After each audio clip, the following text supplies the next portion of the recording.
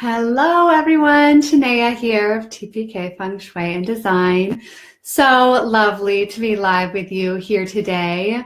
And I'm looking forward to answering some of your questions. For those of you who are able to join me live, I have a few questions that came in beforehand that I'm going to answer also during this live broadcast. And today is really your chance to connect with me live, to get my expertise right here at your fingertips, and ask your questions about your space, ask your questions about the Clear Your Space course that registration is open for right now.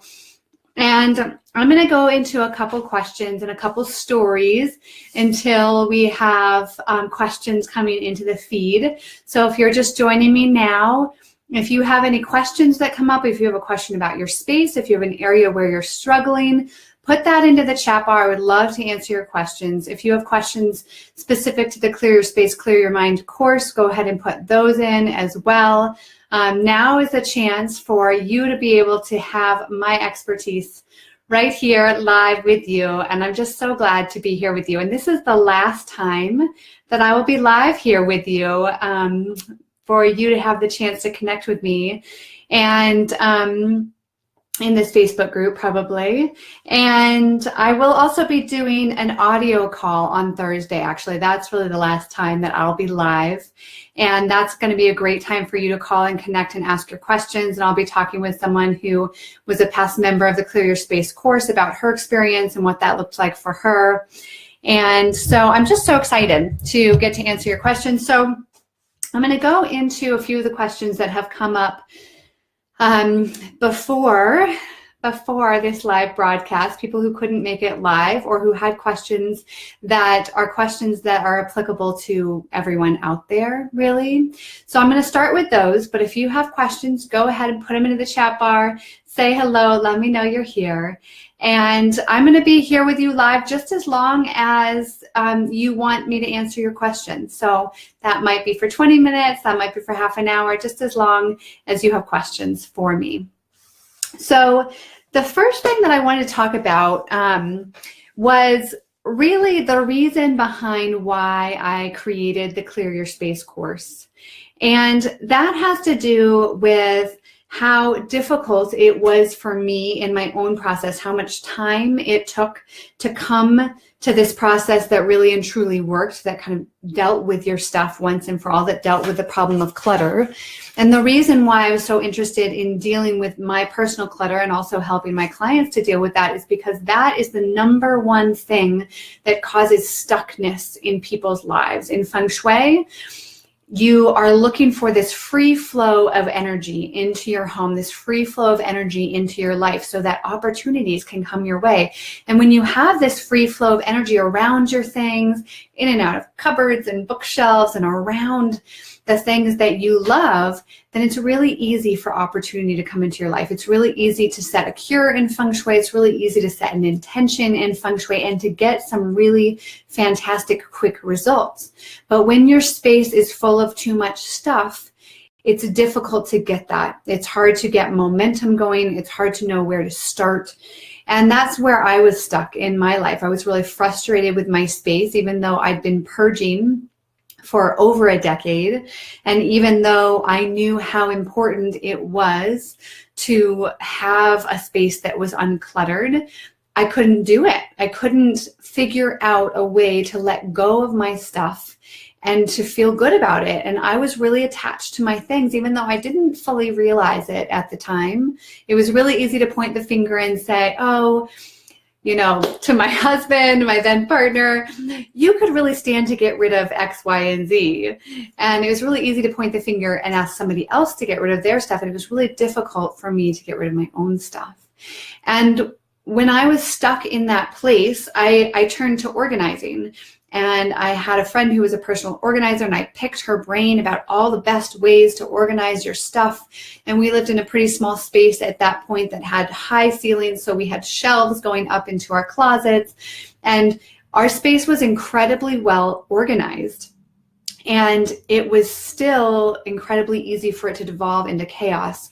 And I was still really frustrated because my space constantly felt cluttered, even though it was very well organized, even though I felt like I'd gotten rid of everything I could get rid of.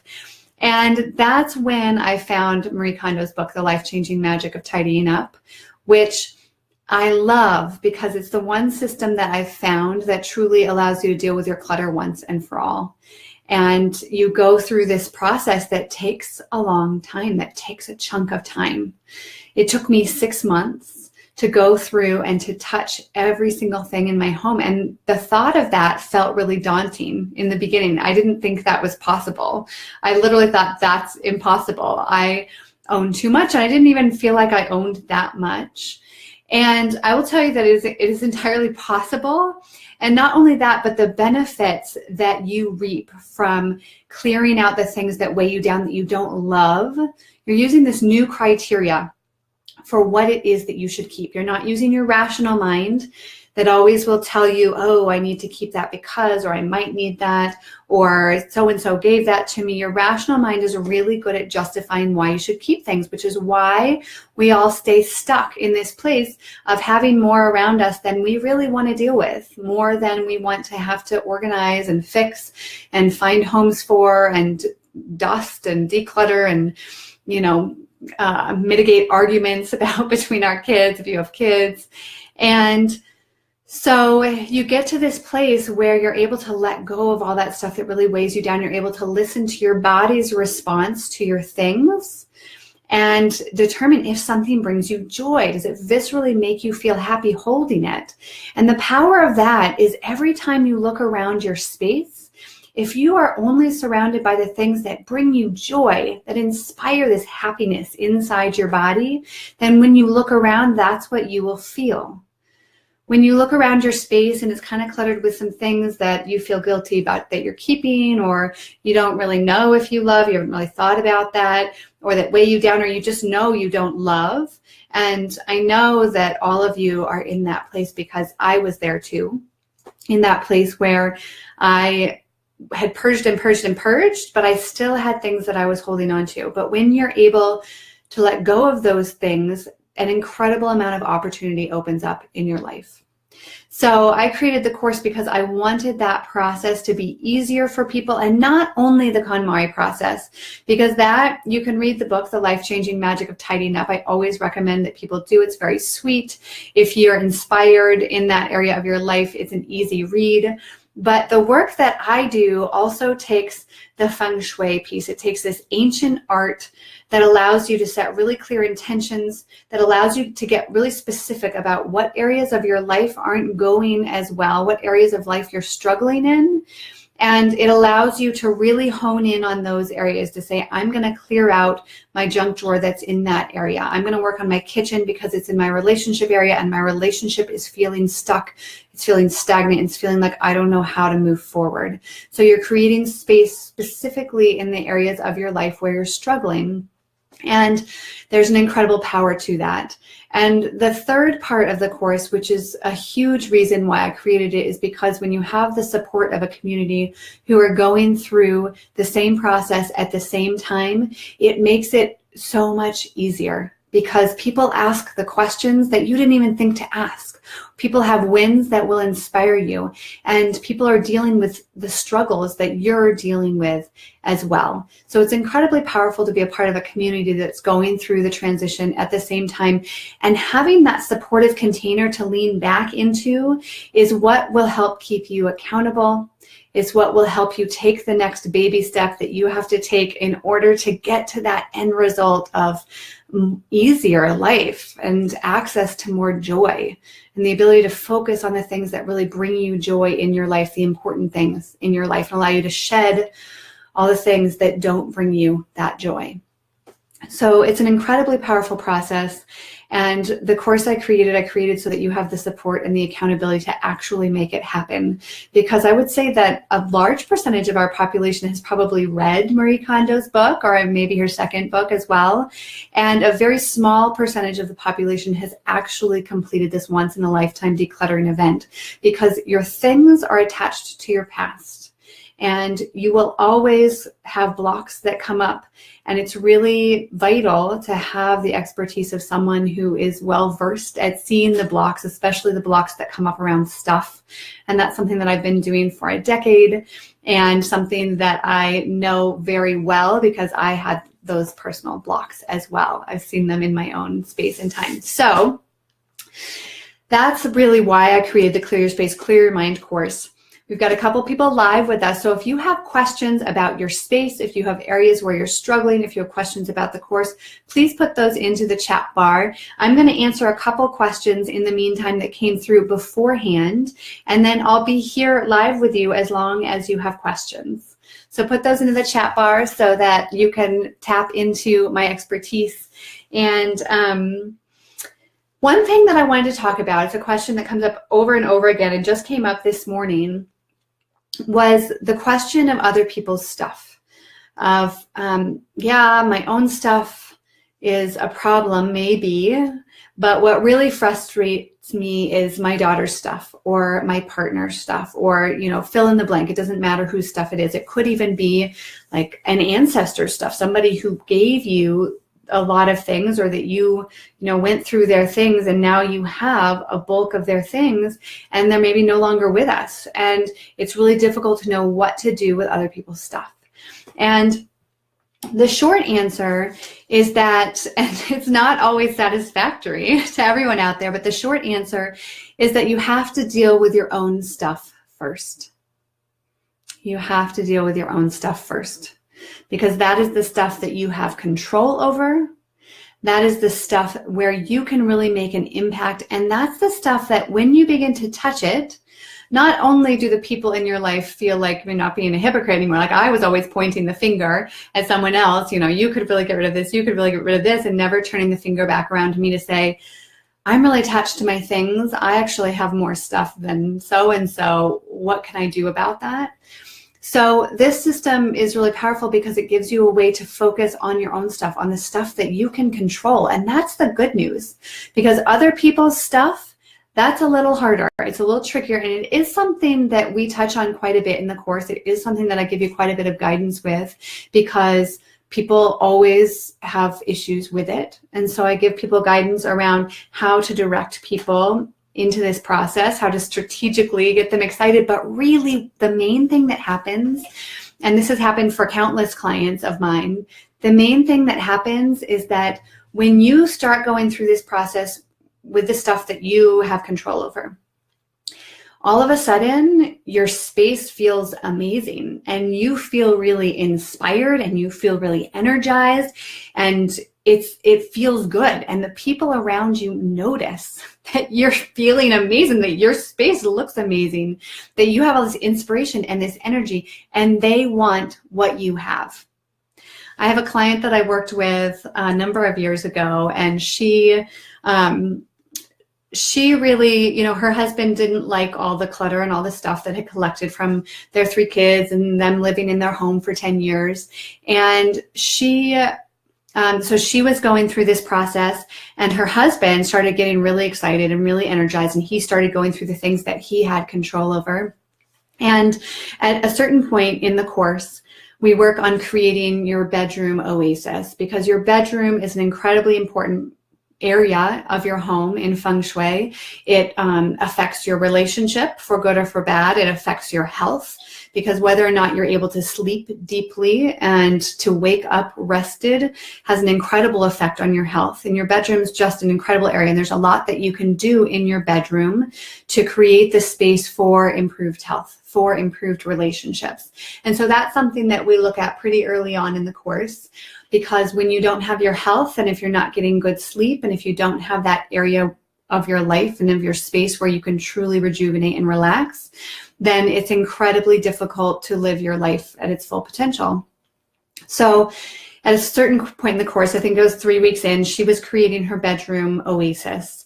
And her bedroom had been really full. She had a bedside table that had stacked books feet high. of stacked books, and then another bedside table that was kind of smushed up against two dressers, two armoires, that was also stacked full of books. She had these two armoires that, you know, the tops were totally full of stuff. They had stuff underneath their bed. They had stuff lining the walls. It was a fascinating bedroom, this beautiful, beautiful home. And they had a walk-in closet also. And she was the type of person who felt like, I don't really love clothes. I don't have that many clothes. Their walk-in closet was sizable. It should have fit all of their clothes really easily. And yet they had these two pretty sizable armoires in their bedroom also, each with 3 or 4 drawers.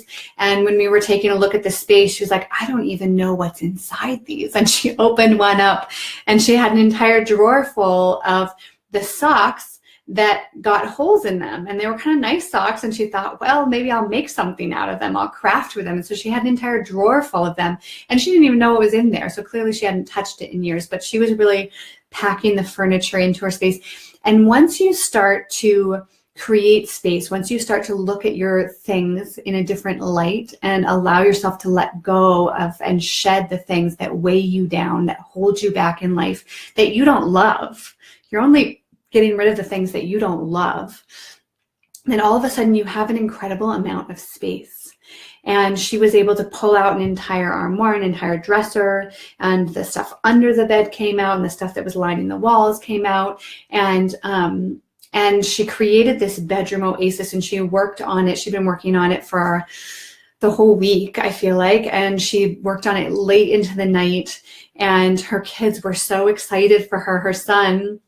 Her youngest son came into their room in the middle of the night, and he laid down in bed with them, and he was like, oh, your bedroom oasis. And the kids, when they woke up in the morning, they were so excited to see it and for her to show it to them. And all of a sudden, they wanted to do the same thing in their rooms. They were thrilled. They were so excited. I had never heard kids so excited about cleaning their rooms. And so this is what wears off on your family, on the other people in your life, and what allows you to create the energy and the inspiration around your stuff and around your things. So other people's stuff, the short answer, you have to deal with your own stuff first. The long answer is that will inevitably create momentum for other people in your life and for other things that are more difficult to deal with. So let's see. Lisa says, hi, Tenaya. I love the KonMari method. I'm one of those people that started it quite a while ago and haven't finished kimono. And kimono is the miscellaneous category, and that's a huge one, Lisa. Most people get stuck there. So, you know, kudos to you for getting that far, because that means you got through your clothing and your books and your papers, and that's big stuff. That creates movement and momentum. And Lisa, I would love to hear what that's looking like in your life right now, if it created some movement and some momentum for you. But I work with people on every end of the spectrum. So people who have never heard of Marie Kondo, to people who read the book and were incredibly inspired and started the process in their house. I worked with someone last year who, at the beginning of this year, who had started the process in her home the year before and had gotten through, she got stuck in kimono also, and she'd gotten through a big portion of it, but she was just so inspired to finish. She said, I'm signing up because I know that I want to finish, that I had some block that I hit, and I need the help and support to actually finish the process, so that it's not just hanging over my head, so that I don't feel like there's this thing that's unfinished that I need to constantly attend to. And that's the thing about your space, is that when we have all this stuff in our space, and spaces that are overly full, even if they're organized, it's easy for the stuff to get out and to fill your horizontal surfaces quickly and easily. And the more people you live with, the faster that happens. And when that's what you see all around you, it's really, not only is it distracting, and not only does it cloud your mind so that you can't think clearly, but it feels like there's something constantly hanging over your head, because everywhere you look, you see things to do. And that's where the Clear Your Space, Clear Your Mind course really frees up an incredible amount of time. And I love this part of it, because before I went through the process myself, I felt like I never had enough time. Like most of us feel like my life was so busy and I was constantly putting out fires and I didn't have time. I didn't even know what was really most important to me because I didn't even have time to think about that. And, you know, of course, you know, like your spouse and your kids and your loved ones are really important to you, but how do you put your money where your mouth is? How do you find the time to really be present for the things that are most important in your life? And this process takes time up front, clearly, and it takes energy and it takes motivation, but it also gives you energy and motivation and inspiration from the very beginning.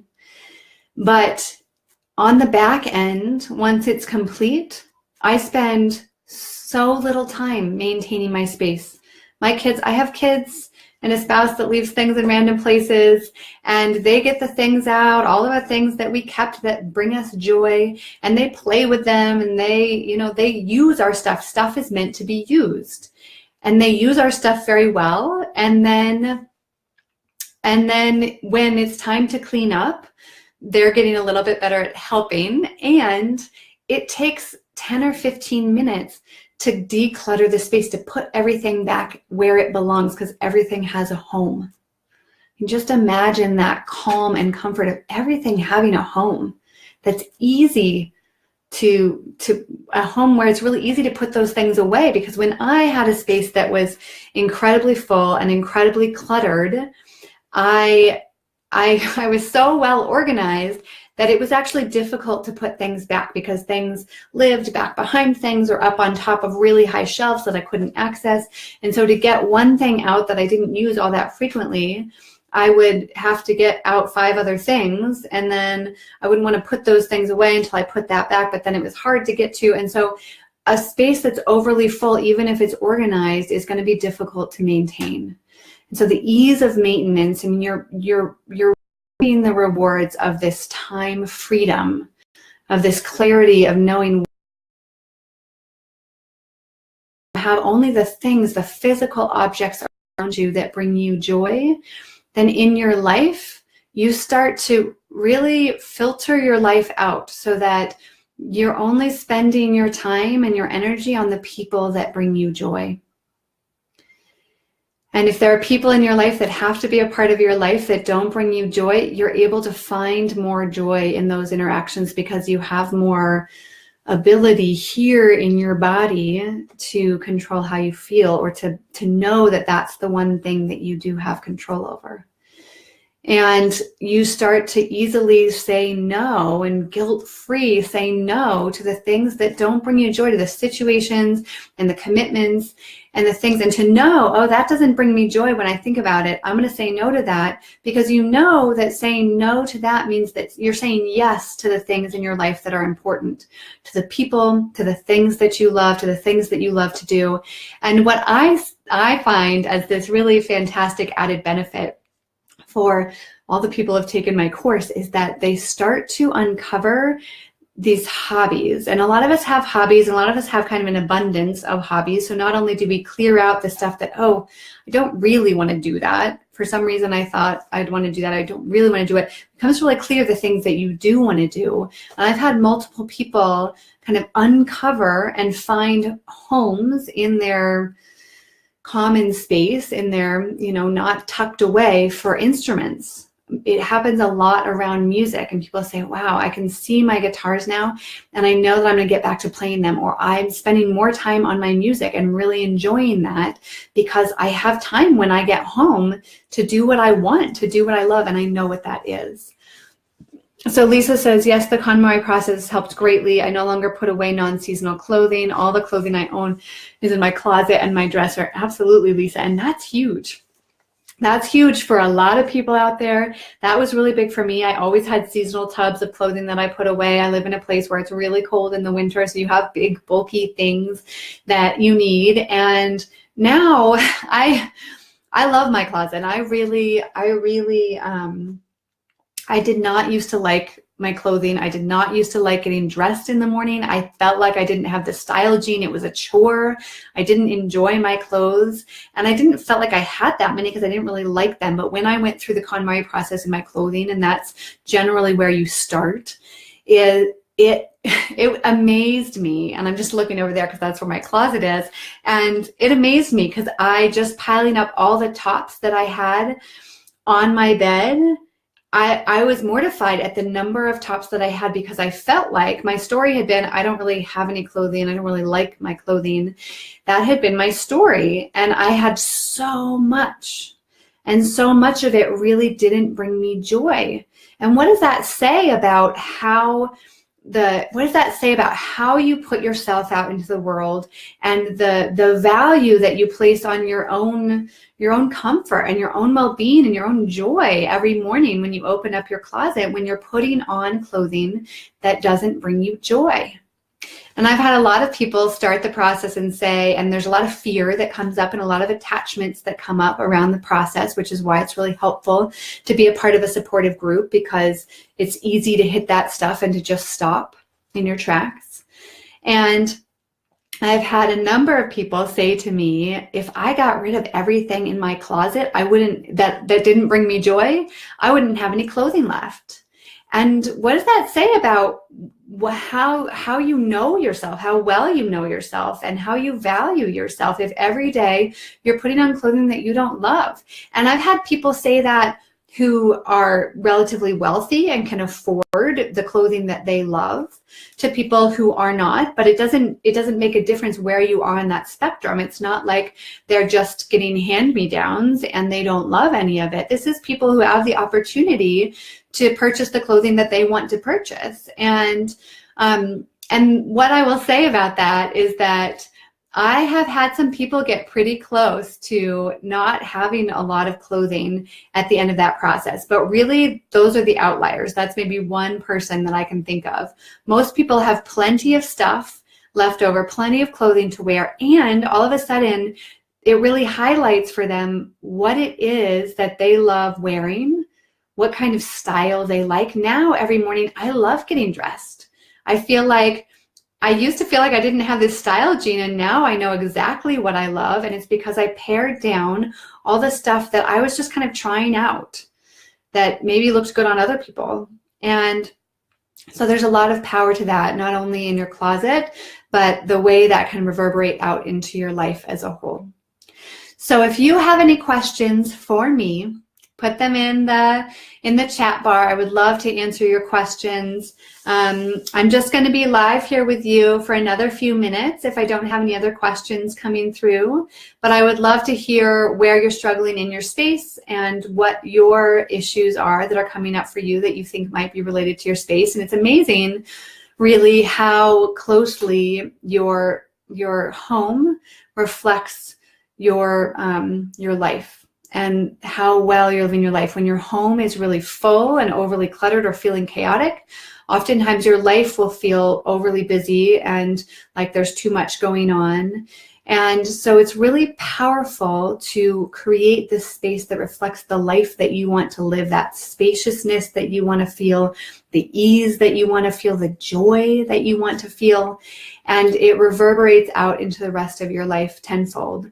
And you know, it's interesting. I spoke with a woman this morning who's planning to take the course, and she was saying that she had kind of joined homes with her partner, her husband, almost a decade ago. And at the time, they found it really hard to figure out what to keep and what to let go of. And so, you know, they got rid of the obvious doubles, but their space became overly crowded pretty quickly because they both had all their things from their previous lives coming together into one space. And they found that as they kind of have pushed that to the back and haven't dealt with the problem, that they're seeing this reflection in their parenting as well, where they're not fully on the same page around their parenting, where they haven't fully united forces. And I'm so excited for her because as that happens, it will begin to reflect a greater union for them. and it will be really powerful. Lisa said, I understand it's bad feng shui to have items underneath your bed, but I have a captain's bed with drawers. What would that mean for me? I have items in all the drawers. Yeah, so Lisa, let me know what you have in the drawers. It's true. It's not great feng shui to have things under your bed, and that's part of the way in which the bedroom can make it difficult to sleep, because the more stuff you have in your bedroom, the more active your bedroom is, the more difficult it is to get into that relaxed, restorative place where you can really let your body go and sleep really restfully and deeply. And when you have things underneath your bed, that's literally what you're lying on top of every night when you go to sleep. So for instance, if you have shoes underneath your bed, then it might feel like your mind is constantly running, because those shoes have been lots of places and they're used to moving and they're used to walking, and they attract and collect a lot of energy as they visit all of those places. And that's energy that you're sleeping on top of. And so I've had people who've had old taxes under their bed. I've had people who've had a crib stored under their bed for goodness knows why, because their oldest son was 8 and they were done having kids. It just they just forgot about it there and didn't really know what to do with it. This is the reason why we hold on to things, because we don't know what to do with it. It seems wasteful to get rid of it. And yet she was able to pass it along to somebody who could find a lot of joy and use in it. And that would bring a lot more joy than it brought her underneath her bed. And she found that she felt like she had been, mothering and kind of not had sleep for the last decade. And yet she found a lot of things under and around her bed that were reflections of that time in your life when your kids are young and they don't sleep as well as they do when they get older. So she was able to purge all of that and to feel like she could all of a sudden connect with her husband at night when she got into bed, or to really rest more fully. So when you have a bed that has drawers built in underneath it, the thing to do is to put things there like soft blankets, or the linens for your bed would be okay. Things that don't hold a lot of active energy, things that are about rest, that are about sleep. That's the ideal thing to put in a drawer if you have drawers underneath your bed. And it's really nice to have space underneath your bed, just like in feng shui, how you're really wanting energy to be able to flow in and around your things. You want energy to be able to flow around your bed, and to not kind of keep stagnant energy. So if you don't have to put anything in those drawers at all, which is not the position that most people are in, then don't put anything there. But most people feel like they need the storage, but not after they take my course. So Lisa has pants and shorts in one, music accessories, batteries, chargers, and some CDs in the other. Believe it or not, 8 tracks in the last one. Laugh out loud. I love it, Lisa. Thanks for being so honest with us. So yeah, clothing is very active. It attracts a lot of energy when you're out and about. Batteries, chargers, not ideal to have underneath your bed. There's a lot of studies that show all the electromagnetic radiation that any sort of device that's plugged in, clearly these things aren't plugged in, but attracts, and that makes it really difficult to sleep. There's a lot of studies that show that. And there's also, when you have your phone next to your bed, a lot of people use their phone as their alarm clock, and that's attracting energy all night and making it difficult to sleep. If you must have your phone next to you to use for your alarm clock, you can turn it on airplane mode, and that should make a difference. But any sort of electrical equipment you want to keep out of your bedroom, ideally, and CDs and 8 tracks. It's so funny because so many people have that stored, collected old music stuff, the CDs and the different cassette tapes, 8 tracks, all the different kind of iterations, forms that music has taken over the years. And they take up a lot of space, and we tend to stop using them, and people don't know what to do with them. It's a big one for a lot of people. So if you have any other further questions, this is the last call for questions. I would love to answer your questions live. I would love to hear where you are. If you have not yet, today, Tuesday, is the last day to access the early bird pricing for my course, the Clear Your Space, Clear Your Mind course. Early bird regular pricing comes on tonight at 8 p.m. Mountain Standard Time. However, if you sign up, if you're on the fence, if you're not sure, if you want to talk to me about if that's a good transformation for you, and I'm always very honest about that because I really only work with people who are going to see success. And if you are having a problem that's something that I can't help with, or I feel like it's something deeper, then I often refer people to other people that can help them. So if you want to talk to me about if the course is a good fit for you, if you schedule a call with me this week, I'm just going to pull up my calendar so that I can put that into the chat bar. But if you schedule a call with me this week, then you can access the early bird pricing through the end of registration, which is Saturday. So if you schedule a call with me today for this week, then you can access the early bird pricing, which is a fantastic deal for this 3-month-long course that is going to bring more ease and joy into your life. That's really going to help hold you accountable and get you toward those next steps, allow you to really get clear on what your big dreams are and show you the next steps to take to get you there. So I'm just going to put into the chat bar here the link to my calendar where you can schedule a one-on-one call with me. It's a 30-minute discovery call where we get really clear on what your struggles are, get really clear on where you want to go, and really clear on if the sort of support that I offer is something that would be helpful for you, and if the course would be helpful. And I'll go ahead and put the course website into the chat bar as well, so that if you haven't had the chance to check it out, that's the website for the course. It has all the information you could ever want about the course in there. It's a great resource and gives you some really good information about if it's right for you or not. So sign up to talk with me. Lisa says, so it's bad to have an Amazon Echo Dot by your bed. It is. It is. I would say that that's probably, that definitely constitutes as any sort of electrical equipment. And that's the sort of thing, is really active energy. And again, Lisa, it has to do with whether or not do you sleep well? Do you wake up in the middle of the night and have a hard time going back to sleep? Do you have a hard time falling asleep at night?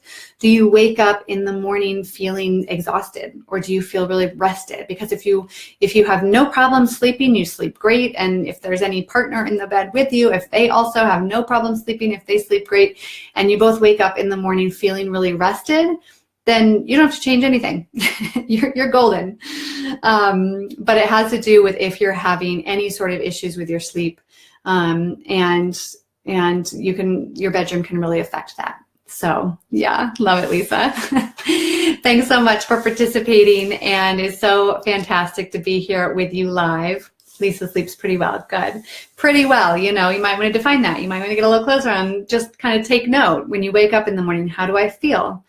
Do I feel on a scale of 1 to 10? How rested do I feel? Am I an 8? Am I a 9? Am I a 10? If I wake every morning and I'm a 10 and there's no room for improvement, then there's no room for improvement and you don't have to worry about it. But if you're even an 8 every morning when you wake up and you want to be a 10, you want to feel really rested when you wake up, then there are things that you can do about that. They don't all have to do with your space, but a lot of them can. So fantastic to be here with you. If you would like to talk with me, visit my calendar, schedule a time. There are still a few appointments left towards the end of the week, and I would love to connect with you. It's going to be a really sweet group joining the Clear Your Space, Clear Your Mind course. Registration's open now, and the course begins shortly after the new year. So well wishes to all of you, and be in touch if you have questions or want to learn more, and I hope to talk to you soon. Bye-bye.